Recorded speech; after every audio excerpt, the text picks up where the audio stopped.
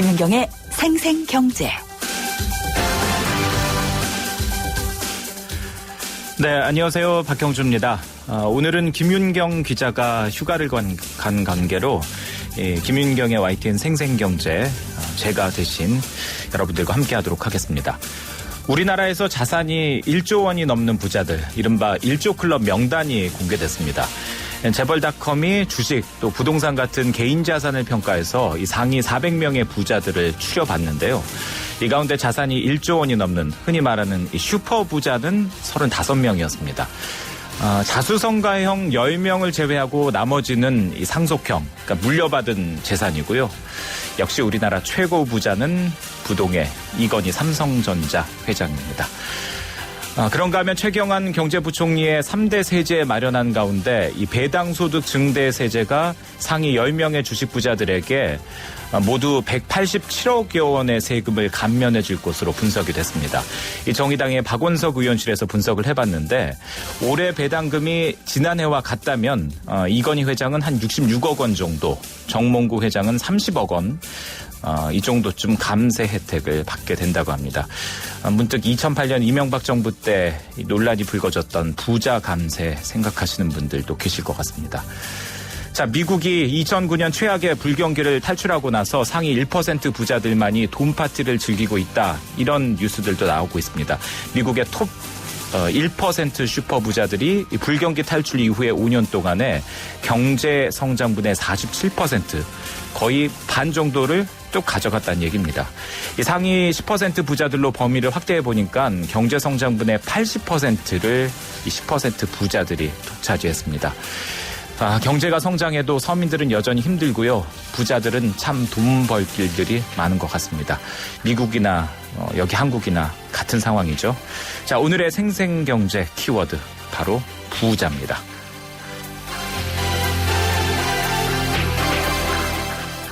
네, 생생경제가 뽑은 오늘의 경제 이슈입니다. 이 노후된 원자력 시설이 늘어나면서 원전 해체 논의가 본격화되고 있는데요. 전문가들은 원전 시설을 새로 세우는 것보다 이것을 해체하는 것이 더 중요하다라고 이야기를 하고 있습니다. 잠시 뒤 2부에서 원전 해체에 대해서 저희들이 자세히 뜯어보도록 하겠습니다. 그리고 지난해 세금으로 메운 공무원 연금 적자 거의 2조 원에 가깝다고 합니다. 역대 최고치를 경신했는데요. 이 공적연금의 개혁이 시급하다는 지적이 다시 불거지고 있는 대목입니다. 이 문제는 잠시 뒤 3부에서 훑어보도록 하죠. 자, 생생경제 1부 시작하겠습니다.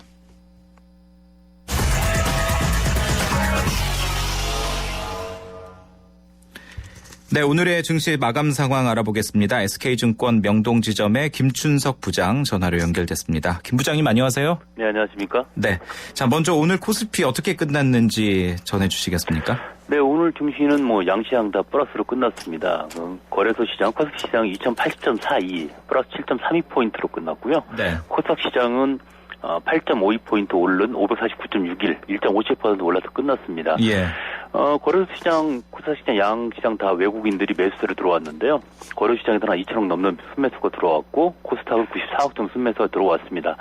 반면에 이제 기관이 거래소에서 매도세로 돌아섰는데, 예. 한 2,300 정도 순매도를 했고요. 예. 이 자체를 외국인이 받아내면서 지수는 플러스로 끝났다. 이렇게 말씀드릴 수 있을 것 같습니다. 외국인은 사고, 기관은 팔고. 네, 그렇습니다. 이런 상황이군요. 좀 더 자세히 수급 상황을 들여다보면 어떨까요? 오늘 보게 되면 이제 사실은 외국인들이 이제 지난 금요일 날에 순매도에서 돌아섰다는 점이 가장 큰 게 일단 보이는 점이고요. 예.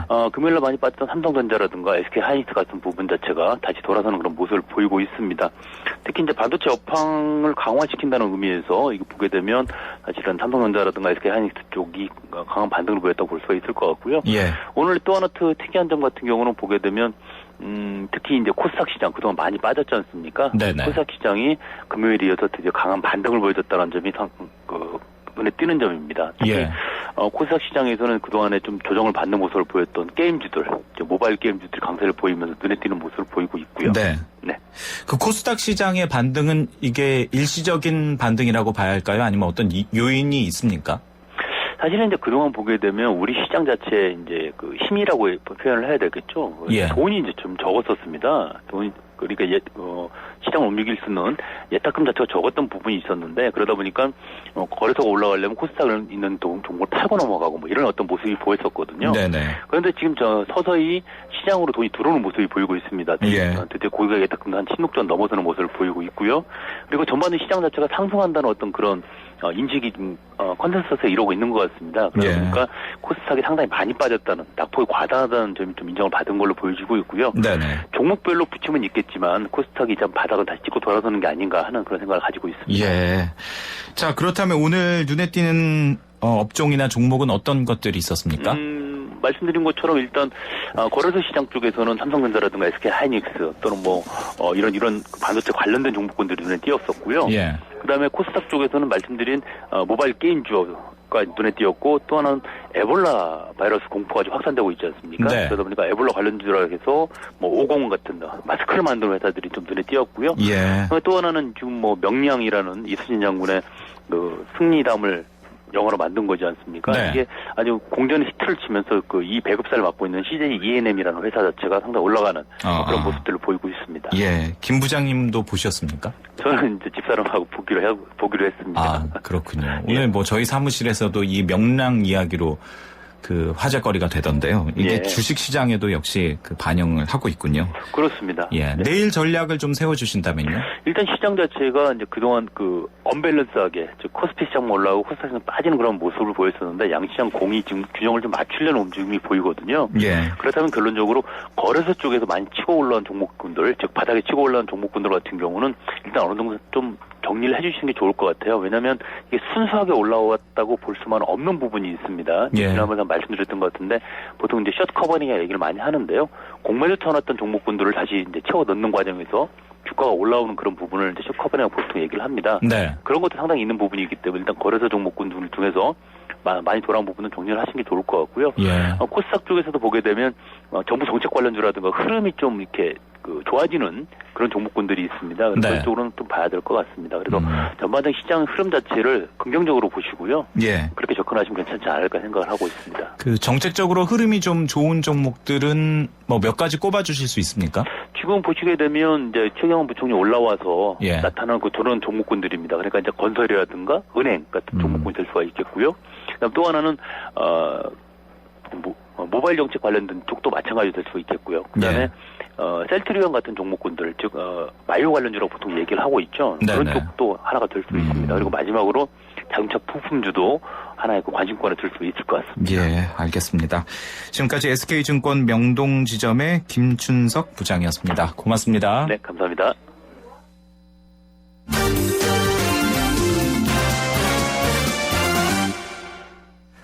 네, 경제 뉴스 브리핑 이어가도록 하겠습니다. 한국일보의 이성철 부국장님 전화 연결됐습니다. 안녕하십니까? 안녕하세요. 네, 오랜만에 뵙습니다. 네. 제가 지난번에 전화 연결할 때는 직함이 부장이었는데 승진하셨군요. 예. 늦었지만 축하드리겠습니다. 감사합니다. 앞서서도 주식 상황 알아볼 때 에볼라 바이러스의 여파로 관련주들이 상승했다고 하는데 아직 우리나라에서는 당장의 발등의 불은 아닙니다만 굉장히 비상이네요, 역시. 그렇죠. 지금 전 세계적으로 가장 큰 어떻게 보면, 질병적으로는 물론이거니와 정치 경제적으로 상당히 재앙이 지금 될 수 있는 부분인데, 사망자가 지금 700명, 800명을 넘어섰다는 지금 외신이 전해지고 있고요. 특히 이제 가장 창궐하는 지역, 그러니까 아프리카의 기인이라든가 라이베리아 이쪽에서는 길거리에 시신이 막 방치해 있고. 그럼으로써 또 다른, 또 다른 피해를 유발하고 하는 그런 지금 문제가 벌어지고 있다고 하는데. 일단 우리나라도 지금 직접적인 무슨 피해라든가 영향이 있었던 건 아닙니다만 이제 아무래도 기업들, 현재 나가 있는 기업들은 상당히 지금 걱정스러운 모양입니다. 그래서 현지 주재원을 철수한다라든가, 출장을 금지시킨다든가, 여러 가지 지금 분주한 활동을 보이고 있는데, 예컨대 현대자동차 같은 경우에요. 이 아프리카 지역 판매를 총괄하는 법인이 아프리카에 있는 게 아니고 아랍에미레이트 UAE에 있는 두바이에 있다고 합니다. 일단 두바이 본부 같은 경우는 해당 지역으로 출장을 가지 말라고 일단 지시가 내려갔고요. 삼성전자 같은 경우도 최대한 출장을 하지 말라고 이제 제한 조치를 내렸다고 합니다. 직접 예컨대 라이베리아라든가 기니 같은데 직접 주지원을 두고 있는 기업들은 뭐 이제 거의 없는 것 같은데 예. 다만 이제 인접 지역에서 영업을 커버하고 있기 때문에 만에 하나 어떤 위험성이라든가 이런 부분에 노출이 되지 않도록 네네. 기업들도 지금 약간 그쪽 지역에 관해서는 상당히 비상 상태를 걸고 있다고 합니다. 예, 이제 에볼라 바이러스가 그 우리나라 산업에도 어느 정도 이제 영향을 줄 만한 네. 그런 지경이 된 것 같습니다. 이게 가장 큰 문제는요. 네. 이게 이런 과거 사스라든가 AI 뭐 이런 때도 그랬지만 이런 전염병 같은 게 터지게 되면 일단 국제적으로 사람도 그렇고 물자도 그렇고 이동이 굉장히 줄어들게 됩니다. 네네. 여행도 좀 안 하게 되고 출장도 안 하게 되고 그러니까 전체적으로 인적 교류 혹은 물동량 자체가 줄어들기 때문에 경제적으로도 상당히 영향을 받을 수밖에 없겠죠. 네, 알겠습니다. 자동차 부품 가격 이제 인터넷으로도 확인할 수 있다고요? 네, 수입차를 포함해서 모든 국내에서 판매되는 자동차의 부품 가격이 인터넷에 공개가 된다고 합니다. 뭐 이 현대차라든가 뭐 기아차, 한국GM 이런 국내 사뿐 아니라 뭐 BMW니 벤츠니 하는 외국사들도 다 공개가 된다고 그러는데요. 네. 그렇다고 해서 아니 뭐 자동차 안에 들어가는 뭐 자그마한 나사 하나까지 다 공개가 되는 건 아니고요. 예. 그런 것들을 이제 보통 소비자들한테 판매하는 그 단위별로, 그러니까 예를 들어서 뭐 모든 부품 하나하나가 아니라 부품 자체도 이제 몇 개가 부품들이 모여서 하나의 덩어리를 이루지 않습니까? 네. 이제 그런 단위로 공개가 된다 그러고 인터넷을 통해서 보게 된다는데 이렇게 되면은 특히 이제 우리가 반가운 거는 이 사실 부품 가격 거품이 제일 심한 데가 이제 수입차다라는 이제 지적들이 많았습니다. 예. 수입차에서 실제로 이제 수입차 운전하시는 분들 보면은 AS 한번 하다 보면 뭐 배보다 배꼽이 더 커진다 이제 그런 지적들이 많았는데 네. 얼마나 거품이 있는지 도대체 가격이 얼마나 되는 건지 중간에 폭리는 없는 것인지 이런 걸 상대적으로 투명하게 볼 수 있는 그런 기회가 될 것으로 보여집니다. 네. 분기마다 한 번씩 가격 정보를 보여주게 된다고 합니다. 예, 알겠습니다. 우리나라 남녀 임금 차이가 OECD 회원국 가운데 가장 많군요. 네, 뭐 부동의 일인데 예.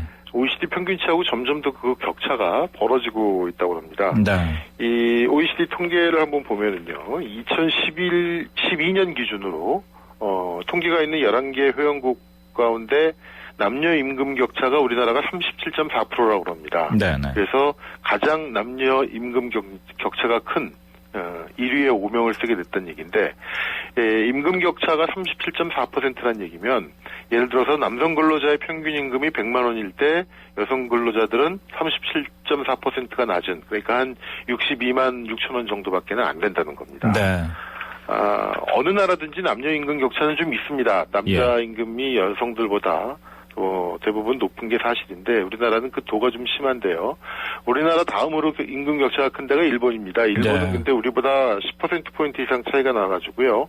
26.5%밖에 안 되고 미국, 캐나다 이런 데가 다 19%, 18%, 또 영국 17%, 대부분 유럽 국가들이 뭐 15, 16% 정도고 북유럽 같은데 노르웨이라든가 뉴질랜드 같은 경우는 남녀 임금 차이가 6%밖에 나지 않는다고 합니다. 그래서 우리나라의 임금 격차가 OECD 평균하고 놓고 봤을 때 지금 2.5배나 높다고 합니다. 예. 10년 전엔 2.1배밖에 안 됐는데 2.5배가 됐으니까 시간이 흐를수록 임금 격차가 해소되기는커녕 오히려 벌어지고 있다. 절대치는 좁아지고 있을지 모르지만 네. 다른 나라가 좁아지는 거에 비해서 훨씬 더디게 좁아지고 있다 그런 얘기인데 예. 실제로 이 고용노동부 조사를 보면은요, 작년도 남성 근로자들의 월 평균 급여액이 266만 원으로 나왔고요. 예. 여성은 남성 대비 64% 수준인 170만 원으로 나왔는데 여기는 아마 그런 것도 있을 겁니다. 그 여성들이 상대적으로 비정규직이 많지 않습니까? 네네. 파트타이머라든가 일용직들도 많고 그래서 아마 그런 데서 오는 차이도 있는 것이 아닌가 생각이 됩니다. 예. 사실 가장 잘 안 바뀌는 게 그 돈 들어가는 그런 부분이잖아요. 네. 그렇기 때문에 이 임금 격차는 글쎄요, 뭐 쉽게 좁혀지지는 않을 것 같습니다. 그렇죠. 아무래도 그런 측면이 있고 특히 이제 우리나라 같은 경우는 이게 상당히 구조적인 문제인데요. 예. 여성들 같은 경우에 아무래도 이제 출산, 육아로 인해서 경력 단절이 생기지 않습니까? 네네. 또 일단 경력이 단절되면 다시 복귀하는 것도 현실적으로 쉽지가 않고 복귀가 되더라도 예전 육아 부담이 있기 때문에 예전 그 일 그대로 가기가 상당히 어렵기 때문에 예. 사실은 이거 임금 격차 문제는 어느 날 갑자기 뭐 기업이 선심을 쓴다고 해서 될 문제는 아닌 것 같고요. 네. 좀 더 아주 구조적이고 근본적인 문제를 가지고 접근을 해야 되는 사안이 아닌가 싶습니다. 예, 알겠습니다. 아침에 뉴스 보니까 우리나라도 이제 그 잊혀질 권리에 대해서 정부가 관심을 갖기 시작했다, 네. 이런 보도도 나오던데, 네. 그 유럽 사법재판소도 역시 인터넷 사용자의 이 잊혀질 권리를 인정을 했군요. 네, 이 잊혀질 권리라는 건 그런 거죠. 이제 우리가 이제 사망을 하게 되면은 나는 이제 우리가 사망을 하면 이제 예를 들어서 여러 가지 유품 이런 건 정리되는데, 네. 인터넷상에 남아 있는 여러 가지 자기가 뭐 썼던 글이라든가 뭐 이런 것들은 그대로 남는 경우가 많지 않습니까? 예. 그래서 이런 것까지도 나는 사후에 정리하고 싶다. 그야말로 잊혀지고 싶다. 내 죽음과 함께 잊혀질 권리를 인정해달라. 이제 이런 얘기들이 요즘 많이 나오고 있는데, 예. 우리나라도 이 부분에 대해서 지금 법률 검토를 시작을 했고요. 유럽 같은 경우는 유럽 사법재판소가 잊혀질 권리 자체를 인정을 했습니다, 법적으로. 네네네. 그래서 구글 같은 경우에는 인터넷 사용자가 요청을 하면은 검색 결과를 삭제를 해줍니다. 그 사람에 네. 관련된. 근데 이번에 어떤 걸 했냐면은 그 온라인 백과사전 위키디피아 있죠. 네. 이 위키디피아의 그 해당 요청자에 관련된 이 링크 자체를 차단을 하기로 했다고 합니다. 예. 이렇게 되면은 이제 위키디피아에 있는 여러 가지 그 사람에 관련된 뭐 글이라든가 내용들이 네네. 구글을 통해서는 검색이 안 된다고 그러는데, 근데 여기에는 이제 두 가지 문제가 있습니다. 네. 잊혀질 권리를 인정할 것이냐, 아니면 그렇지 않고 다른 사람이 또 알 권리라는 것도 있지 않습니까? 예. 특히 그것이 어떤 공적인 관련된 인물이라면은 알 권리도 인정돼야 되는 것이 아니라는 것 때문에 이 잊혀질 권리와 알 권리에 대한 굉장히 논란과 충돌이 있어 왔는데, 예. 위키디피아 쪽에서는 이런 식의 검색 차단이라는 건 이건 뭐 그대로 제가 그 워딩을 말씀드리면 완전히 미친 짓이다 뭐 이렇게까지 주장을 하고 있다고 합니다. 예. 어떤 정보가 사실이고 또 명예를 훼손하지 않고 합법적으로 얻은 것이라면은 그것은 당연히 알 권리도 인정돼야 되는 것이 아니냐 이렇게 네. 얘기를 하고 있다고 그러는데, 어쨌든 참고로 구글은 지금 유럽에서 한 9만 건 이상의 검색 정보 삭제 요구가 들어왔다고 그럽니다. 근데 이 중에 이제 선별을 해서 한 절반 정도는 삭제를 했고요. 나머지는 거부하고 그랬는데, 아마 이 부분이 멀지 않아 우리나라에서도 많은 논란 혹은 또 논쟁거리로 등장할 가능성이 있어 보입니다. 네, 그렇군요. 알겠습니다. 오늘 경제뉴스 브리핑 여기까지 정리를 하도록 하겠습니다. 고맙습니다. 네, 감사합니다. 네, 한국일보 이성철 부국장과 함께 경제뉴스 브리핑 정리했고요. 1부 마무리를 하겠습니다. 잠시 뒤 2부에서는요. 최근 들어서 다시 관심을 받고 있는 문제죠. 원전 해체 문제에 대해서 에너지 정의 행동의 이현석 대표와 자세히 이야기를 나눠보도록 하겠습니다. YTN 생생경제 1부 마무리하겠습니다. 우리 주위엔 에너지 고수들이 참 많습니다. 집안 조명을 LED로 바꾸는 빛나는 고수. 여름철 실내 적정 온도 26도를 지키는 건강의 고수. 냉방할 땐 문을 꼭 닫는 센스 있는 고수. 오후 2시에서 5시. 피크 시간 동안 전기 사용을 자제하는 지키는 고수. 가정에서 사무실, 상점, 사업장까지 에너지 고수가 많은 대한민국이 진짜 에너지 강국입니다. 당신은 어떤 고수인가요? 이 캠페인은 산업통상자원부와 한국석유공사, 에너지관리공단이 함께합니다. 오후에 만나는 살맛나는 경제. YTN 라디오 김윤경의 생생경제.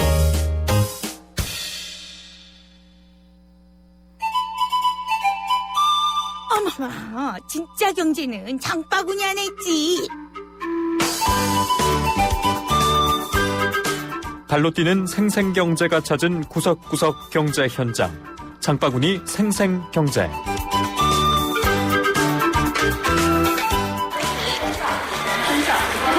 마포구 쪽, 공덕동 쪽 상당히 많아요. 홍대 사거리에서 연희동 쪽으로 쭉 올라가잖아요. 양쪽으로 쭉 있어요. 네, 그쪽으로 쫙 있다고.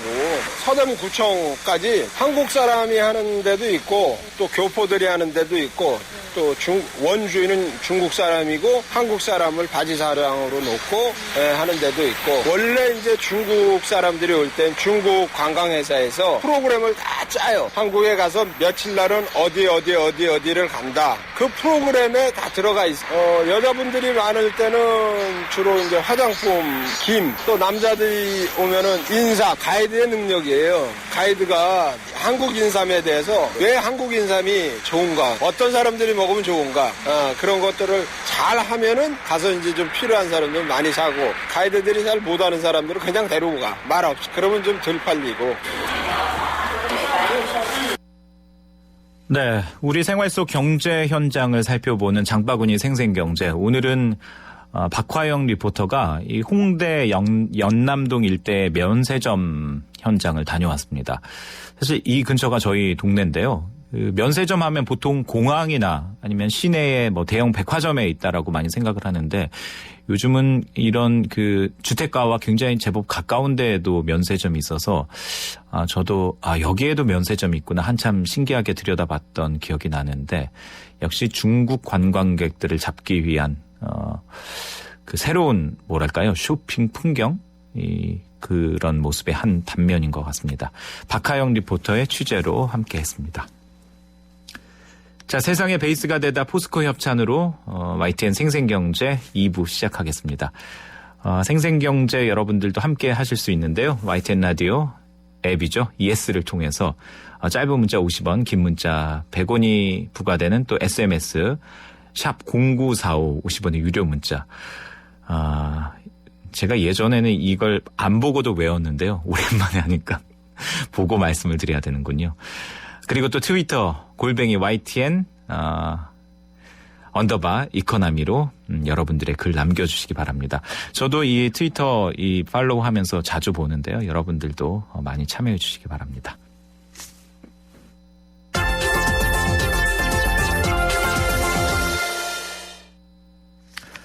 네, 경제 핫 이슈 첫 번째 순서입니다. 오래 써서 좋은 건 별로 없는 것 같습니다. 뭐든 쓰다 보면 뭐 고장도 나고 기능도 떨어지게 마련이죠. 이 원자력 발전소도 마찬가지일 텐데요. 쓸 만큼 썼으니까 이 가동을 멈추고 해체하는 것이 정상적인 수순일 텐데, 오히려 큰 돈 들여서 수리하고 또 수명만 연장하는 게 이 상책은 아닌 것 같습니다. 자, 우리나라의 원전도 이제 해체 문제를 진지하게 고민해봐야 한다. 더 이상 미뤄서는 안 된다라고 원자력 전문가들은 주장을 하고 있는데요. 오늘 경제 핫 이슈에서는 이 문제를 집중적으로 이야기를 나눠보도록 하겠습니다. 에너지 정의 행동의 이현석 대표 전화로 연결됐습니다. 이 대표님 안녕하십니까? 네, 예, 안녕하십니까? 네. 우리나라 원자력 발전소가 모두 23개기던가요? 예, 맞습니다. 지금 예. 이제 23개가 있습니다. 그 가운데 이제 가장 오래된 게 고리 1호기죠? 네, 맞습니다. 이게 얼마나 됐습니까? 8년도부터 가동을 시작했고요. 예. 그러다 보니까 지금 이제 횟수로는 37년째가 되고 있습니다. 예. 보통 원전 수명은 한 30년 혹은 40년 이 정도 아닌가요? 예, 각각의 발전소마다 다른데 고리 예. 1호기의 경우에는 30년으로 설계가 되어 있었고, 예. 그것이 현재 10년 수명이 연장되어서 지금 현재 이제 가동 중에 있고요. 추가로 또 다시 10년을 연장하려고 하고 있어서 그것이 예. 이제 논쟁이 되고 있는 겁니다. 그러니까 고리 1호기의 경우는 30년 설계로 일단 그 수명으로 설계가 됐다가 네, 10년을 더 연장을 해서 이게 2017년 6월이라고 들었는데 예, 6월입니다. 예. 이걸 이제 더 한 번 더 연장을 하려고 한다. 지금 이런 상황인 거죠? 네, 맞습니다. 예. 그런데 이제 당장 해체 수순에 들어가야 된다. 이런 주장을 하고 계시는 걸로 알고 있는데 네네. 그 안전도를 봤을 때는 어느 정도인가요? 고리 원전의 경우에는요. 이게 사실은 굉장히 많은 논란이 좀 진행 중인 겁니다. 예. 뭐 정부나 이제 발전소를 운영하고 있는 한수원 입장에서는 뭐 안전에 문제가 없다라고 보고 있는데, 고리 1호기 같은 경우는 사실 우리가 보통 자동차로 이야기를 하자면은 주위에 있는 부품은 다 교체를 하더라도 교체를 못하는 게 있지 않습니까? 예. 이제 대표적으로 이제 엔진이라든가 또는 이제 차의 뼈대를 이루는 그 여러 가지 부품들인데요. 예. 핵발전소도 마찬가지입니다. 지금 이제 가장 위험한 것이 이제 원자로일 텐데, 핵연료가 실제로 운영되고 있고, 이것의 경우에는 이제 교체를 할 수 없다는 거죠. 예. 그런 면에서는 사실 외부에 있는 부품을 일부 교체를 했더라도 전체적인 안전성 문제에서는 문제가 생길 가능성들이 이제 점점 높아져 가고 있다. 예. 그래서 이제 일반적인 기계 특성상 놓고 봤을 때 더욱 그러지 않겠느냐 이렇게 보고 있는 거죠. 그러니까 이현석 대표님의 주장은 고리 1호기 원전을 수명을 연장해서 다시 쓸 게 아니라 해체 네. 수순을 밟아야 된다. 이제 이런 네, 말씀이신데, 예. 원자력 발전소 해체한다라는 얘기를 국내에서는 저는 아직까지 이제 들어보지는 못한 것 같아서 이제 생소한 것 같은데, 예. 이 어떻게 하는 겁니까? 이게 사실은 일반적인 건축물 해체하고 완전히 다릅니다. 예. 일반적인 뭐 건물이야 해체하는데 시간이 많이 걸려봤자 뭐 1, 2년, 2, 3년 정도면은 뭐 충분히 해체를 할 수 있는데, 네네. 이거는 굉장히 높은 이제 방사능 물질에 이제 오염이 되어 있다는 거죠. 그렇기 때문에 바로 해체할 수도 없습니다. 보통 한 5년에서 10년 정도는 놔둬가지고 거기서 이제 여러 가지 안 좋은 이제 방사선 물질이 이제 혼자서 저감돼도 이제 놔둬야 되는 거고요. 예. 그래서 즉시 해체를 한다 할지라도 해체 기간이 한 15년.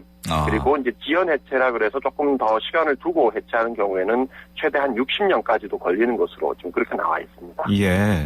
60년까지면 원전을 그 가동하는 기간보다 해체하는 기간이 그만큼 더 길다는 건데. 거죠. 예, 그럼 비용도 많이 들겠네요. 비용도 굉장히 큰 쟁점입니다. 얼마 예. 전까지 핵발전소 한 개 해체하는데 이제 약 3천억 정도라고 그랬었는데, 예. 이것이 이제 얼마 전에 비용을 정부에서도 늘렸습니다. 한 6천억 정도다라고 이제 늘려놓았는데, 이제 해외 사례를 놓고 보게 되면은 6천억보다는 훨씬 들 것으로 예상되고 있습니다. 거의 한 9천억에서 1조 원 가까운 비용이 들어갈 것으로 예상되고 있고요. 예. 특히나 이제 우리나라에서는 처음으로 이제 발전소를 해체하다 보니까 아무래도 시행착오를 많이 하고 그러지 않겠습니까? 네. 그러다 보니까 이제 첫 번째 발전소를 해체하는데 들어가는 비용이 더 많이 들어가는 게 일반적입니다. 네. 그런 것들을 같이 놓고 봤을 적에 뭐 수천억 원에서 많으면 한 1조 원까지 들어가는 그런 비용이 들어가는 거죠. 예. 아직 한 번도 안 해봤으니까 그 처음 시도하는 데 있어서 나름대로 어려움도 있을 것 같고 비용도 더 많이 드는 그런 문제도 있을 것 같은데요.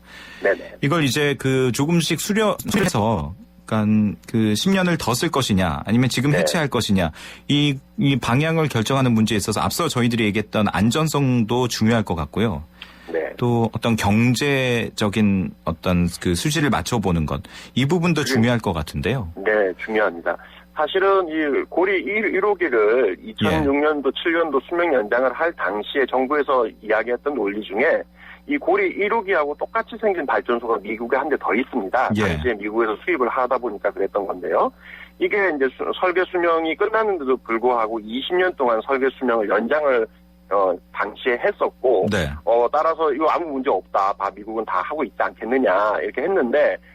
결국은 그 핵발전소가 이제 폐쇄되었거든요. 폐쇄된 이유가 사실은 안전성 논란이라기보다는 경제성 논란입니다. 왜냐면은, 이게 지금 고리 1호기가 지금 현재 신규로 짓는 핵발전소에 대비했을 때 한 2분의 1 이하 정도밖에 안 됩니다. 용량이 훨씬 작고요. 네. 그리고 이제 낡은 발전소다 보니까 아무래도 이제 수리 비용이 계속 들어가는 거죠. 이게 우리 보통 자동차하고 마찬가지입니다. 이제 수명이 다 되다가 보니까 계속 부품을 교체해야 되는 거죠. 예. 그러다 보니까 이제 미국에 있는 이 업체에서는 이걸 수명 연장하느니 그냥 사업을 안 하는 게 낫다라고 판단을 해서 이제 폐쇄 절차를 지금 진행하고 있습니다. 예. 이처럼 사실은 경제성 문제가 굉장히 중요한 이제 내용일 텐데 현재 한수원이나 정부는 고리 1호기에 대해서 이제 경제성 분석 보고서도 좀 공개하고 있지 않고요. 예. 또한 이게 앞으로 10년을 더 수명 연장한다면 어떤 이제 이익이 있는지 이런 것들에 대해서도 현재는 정확하게 밝히고 있지 않습니다. 네. 따라서 과연 이게 수명 연장을 하는 것이 국익을 위해서나 뭐 여러 가지 전기 요금을 위해서 좋은 것인지 이런 부분들에 대해서는 여전히 투명하지 않은 상태에서 안전하니까 계속 쓰자. 이 얘기만 지금 계속 반복하고 있는 게 굉장히 좀 안타깝습니다. 예. 그러니까 한수원에서는 이걸 해체 쪽이라기보다는 수명 연장 쪽으로 방향을 잡고 있다라는 얘기인데 네. 그 이유는 뭐라고 보십니까? 그러면요. 대표님께서 보시기엔. 저는 사실 이거는 굉장히 좀 의혹이 있는 것인데 실제로 해체와 관련한 여러 가지 준비 상황을 보면 좀 이해가 쉽습니다. 해체를 하기 위해서는 이렇게 한 수천억 원 가까운 비용이 들어가고 관련한 기술도 지금 없어서 이제 해외에서 기술을 이제 수입을 해와야 되는 상황이고요. 또 이것을 하기 위해서는 법률적인 제도적인 뒷받침도 많이 필요합니다. 네. 근데 이 모든 게 다 안 돼 있는 거죠. 비용도 없고 기술도 없고 이제 법률도 정비가 안 돼 있다 보니까 일단은 좀 돌리고 보자. 뭐 이런 좀 생각이 좀 강한 것 같고요. 이게 뭐 잘 모르시는 분들은 이 탄핵 반핵 논쟁으로 이 문제를 보시는 분들이 있는데 어차피 기계는 수명이 끝나면은 언젠간 폐쇄해야 되는 거기 때문에 그런 측면에서 비용이라든가 기술 그리고 법 제도까지도 정비하는 것이 필요하다고 봅니다. 그러니까 원자력 발전소를 세우고 또 가동시키고 안전 검사하고 이러는 그 과정들은 그 법적으로 그 법률화가 돼 있잖아요. 제가 알기로는. 네, 그런데 네, 그렇습니다. 그 건설하고 운영까지는 돼 있습니다. 해체 부분은 그러면 아직 그 제도적인 정비가 없다라는 얘기십니까? 예. 그러니까 해체와 관련해서는 해체 계획서를 제출한다라고만 되어 있지. 예. 그 해체 계획서에 아주 구체적으로 어떤 내용이 들어가야 되고 또 아까 말씀드린 것처럼 바로 해체를 할 것인지 지연 해체를 할 것인지 뭐 이런 것에 대한 기본적인 가이드라인이 나와줘야 되는데 네. 그런 것들도 지금 현재 없는 그런 상태입니다. 일단 그 고리 원자력 발전소를 10년 동안 연장할 것이냐 말 것이냐 이 문제를 차치하고라도요. 네. 원전은 언제 뭐 시간 문제지 언젠가는 이제 해체를 해야 하는 상황이니까요. 네, 맞습니다. 그리고 네. 우리나라 원전 23기 가운데 10개기 정도는 한 2020년에는 일단은 설계 수명을 다한다고 하니까 네. 이제 서서히 이 문제도 좀 고민을 해봐야 되지 않을까 싶은데 네. 그럼 만약에 해체를 우리나라가 처음 시작을 한다면 이걸 우리나라 자체적으로 좀 주도를 할 수 있습니까? 좀 어려울 것 같은데. 불가능합니다. 그러니까 이미 해체를 했었던 다른 나라들이 있습니다. 독일이라든가 미국이라든가 일본 같은 경우에 해체를 했었던 경험이 있기 때문에 현재는 이제 그런 기술을 배워가지고 이제 그런 이제 외국에서 해체 경험이 있었던 업체를 불러와야 되는 건 거죠. 예. 하지만 아까 말씀하신 것처럼 이제 앞으로 한 15년 사이에 현재 23개 핵발전소 중에 절반이 이제 수명이 끝납니다. 네. 그러다 보니까 앞으로 해체할 것들이 굉장히 많이 있는 거죠. 예. 그런 면에서는 이제 점차 이것에 대해서 이제 기술도 습득하고 비용도 이게 지금 한 기에 수천억씩 들어가는 게 이제 10개 이상이 생긴다면 이 비용을 마련하는 것도 쉬운 일이 아니거든요. 예. 미리 모아놓은 것도 아니고요. 예. 따라서 이런 측면들이 함께 이제 고려돼야 되는 그런 상황에 좀 있는 것 같습니다. 네.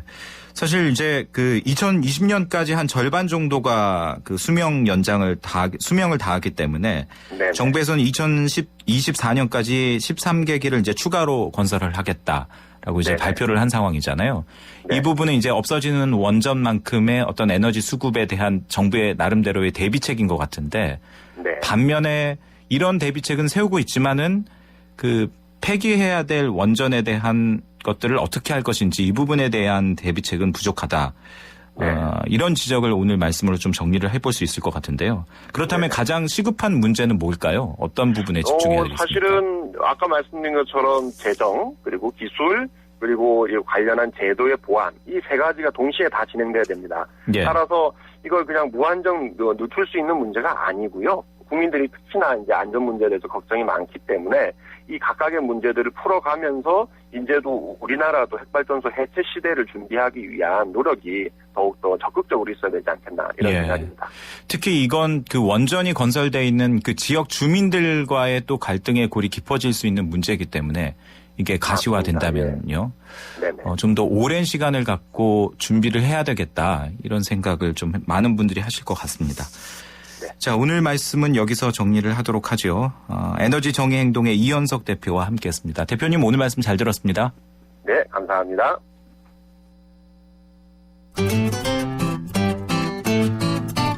생생경제를 다양하게 만나는 방법. YTN 라디오 앱 예스와 웹사이트 김윤경의 생생경제 또는 트위터 YTN_이코노미로 실시간 듣기와 다시 듣기를 하실 수 있고 방송 내용에 대한 문의와 의견을 주실 수 있습니다.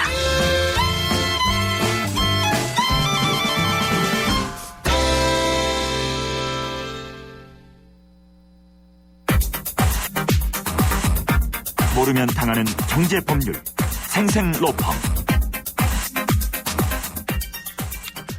네, 생생로펌 시간입니다. 며느리한테도 안 가르쳐준다. 이런 맛집들의 요리 비법을 이런 비법 과연 법률에서는 어떨까요? 보호를 받을 수 있을까요? 전국적으로 유명한 어느 추어탕 식당에서 이런 논란이 실제로 있었는데요. 이 식당의 요리법을 몰래 빼낸 뒤에 유사한 체인점 영업을 하던 업주에 대해서 법원이 실형까지 선고한 사례가 있다고 합니다. 그러니까 요리 비법도 법률의 보호를 받을 수 있다라는 말이 되네요. 이 사례만 봤을 때는요. 좀 더 자세하게 이 문제를 좀 짚어보도록 하겠습니다. 법무법인의 법무법인 한별의 안병한 변호사 나와 있습니다. 어서 오십시오. 네, 안녕하세요. 네. 요리 비법에 대해서 오늘 좀 이야기를 할 것 같은데요. 네. 영업 비밀에 해당되느냐 안 되느냐 이게 가장 큰 쟁점일 것 같습니다. 네, 요리 비법이라 그러면 정도의 차이가 물론 있을 수 있겠죠. 예. 그래서 이것을 영업 비밀로 보호받을 수 있다. 이렇게 무조건 단정하기에는 어려운 부분이 있습니다. 예. 법원이 영업 비밀로 인정하고 이것을 보호를 해주는 범위가 그렇게 넓지가 않기 때문이겠고요. 네. 하지만 일정한 요건만 갖춘다면 식당의 요리 비법도 얼마든지 현행 그 부정경쟁 방지 및 영업비밀 보호 등에 관한 법률 명칭이 좀 길죠. 예. 이것을 이제 줄여서 부정경쟁 방지법이다 이렇게 흔히들 말씀하시는데요. 예. 부정경쟁 방지법에 따라서 영업비밀로 보호를 받을 수 있다라는 얘기입니다. 오늘 소개해드릴 사안의 경우도 실제 분쟁에서는 치열하게 이 요리비법이 이 정도가 과연 부정경쟁 방지법상의 영업비밀에 해당하는지 이 부분이 다투어지기는 했었습니다만은 예. 결국 법원은 영업비밀로 보호받을 수 있다는 점을 분명히 했던 사례죠. 예. 관건은 그 영업 비밀로 인정받기 위해서는 요건을 갖춰야 된다라고 정리를 할 수 있을 것 같은데요. 네. 어떤 요건들이 필요합니까? 일단 법률의 규정을 좀 살펴볼 필요가 있습니다. 예. 그 부정경쟁 방지법의 규정에 따르면요. 그 영업 비밀이라는 것은 이렇게 정의합니다. 우선 공공연하게 알려지지 않아야 되고요. 네네. 그리고 독립적인 경제적 가치를 가지는 것. 그리고 상당한 노력에 의해서 비밀로 유지된 것이고 그 종류로 보면 뭐 생산 방법이나 판매 방법 그밖에 영업 활동에 유용한 기술상 예. 또는 경영상의 정보를 말한다. 다소 어려운 내용으로 굉장히 포괄적으로 규정이 되어 있습니다. 예. 이것을 단순하게 설명을 드린다면 크게 우선은 공공연하게 알려지지 않을 것, 즉 이것을 이제 비공지성 이렇게 표현을 하고요. 네네. 이런 비밀성이 있어야 되는 것이 당연하겠고요. 네. 그 외에 두 번째가 경제적 유용성.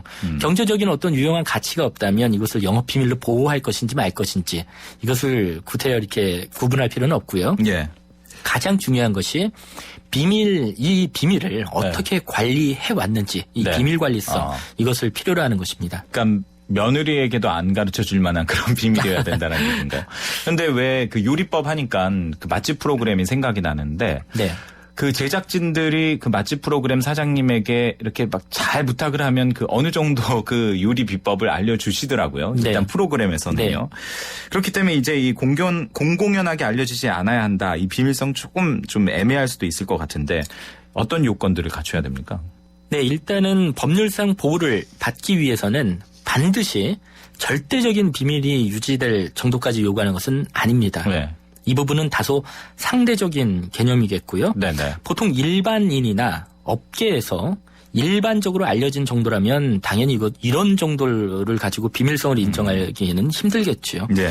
그러나 제한된 범위에서 그리고 다수의 사람이 알고 있더라도 비밀을 지킬 의무가 있는 사람들로 분류가 됐고 또 이와 같은 비밀 관리와 제한 상태가 잘 유지가 된다면 이런 경우도 얼마든지 비밀성을 인정할 수 있기 때문에 이것을 몰래 침해한다든지 이런 부분이 있다면 법적인 책임을 추궁할 근거가 되겠다. 이런 설명이죠. 비밀을 지킬 의무가 있는 사람들로 분류돼야 된다. 이 부분이 딱 눈에 들어오는데 네. 아무래도 그러니까 그 식당에 같이 일하는 뭐 종업원이라든가 그렇죠. 뭐 이런 스태프들 그렇죠. 이런 사람들이 여기에 해당이 될 수 그렇죠. 뭐 일정한 구역 안에는 함부로 누구 허락 없이는 못 들어온다든지요. 뭐 이런 취지의 그 얘기가 되겠고요. 이 사안을 한번 살펴보면요. 추어탕집. 네. 일단 A 씨는 전국적으로 100여 개 체인점이니까 굉장한 규모죠. 이 체인점을 운영하는 어떤 추어탕집의 가맹본부에 그 식재료를 납품해왔던 사람이었습니다. 그런데 어느 날 그 식재료 납품 계약이 종료되니까 이제 자신이 직접 또 다른 추어탕 가맹점을 운영을 하게 됐죠. 일단 추어탕집 가맹점을 경쟁 업종으로 운영하는 것 자체는 권장할 일이지 이것을 금지할 필요는 없습니다. 다만 그 방법이 좀 문제가 있었는데요. 이 과정에서 A씨는 자신만의 독자적인 요리법을 개발하는 것이 아니었고요. 바로 과거 자신이 납품을 해왔던 그 업체의 요리법을 알고 있는 직원들을 몰래 스카우트 형식으로 데려왔고요.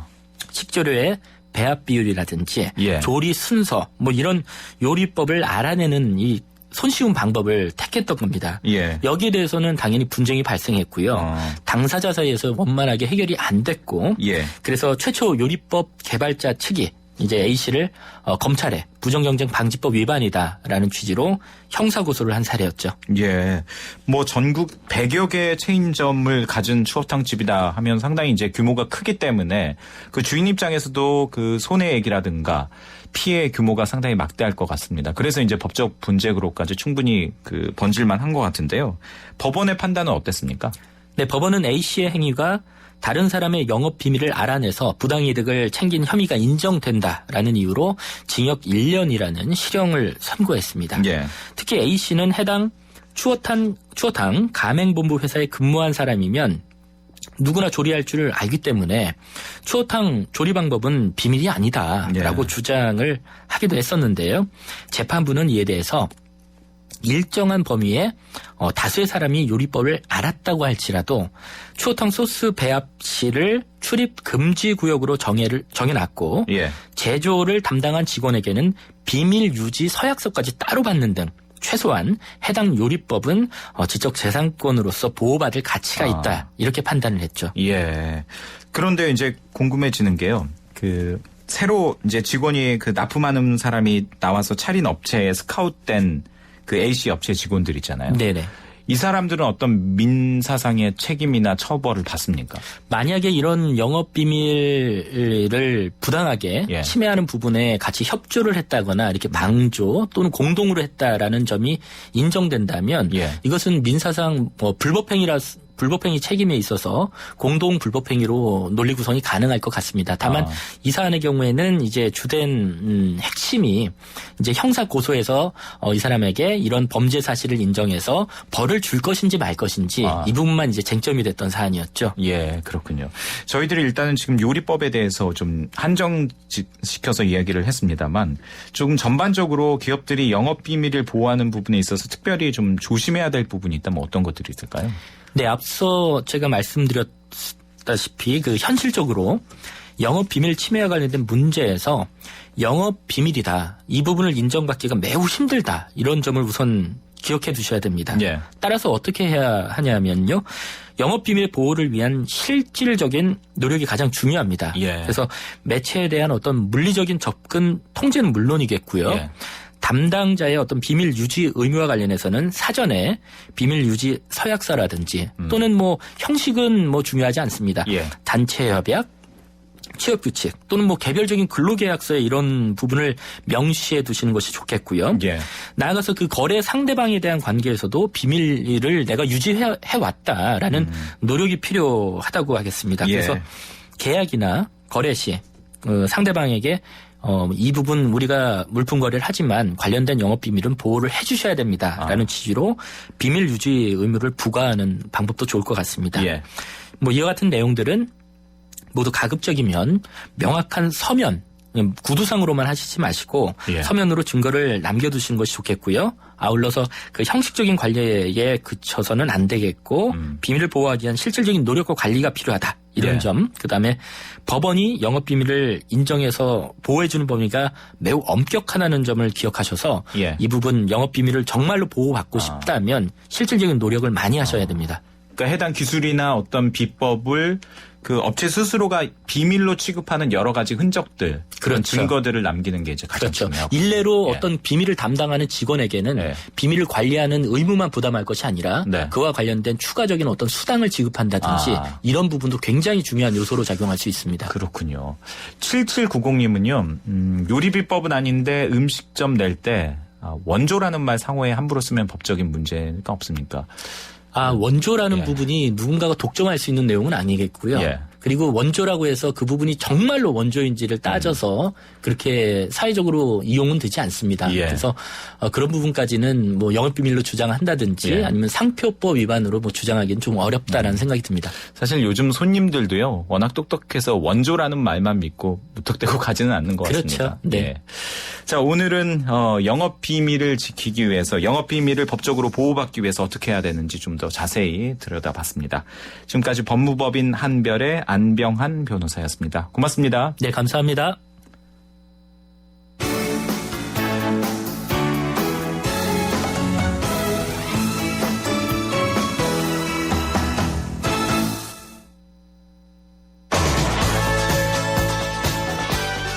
네, YTN 생생경제 1, 2부 순서 여기에서 마무리하겠습니다.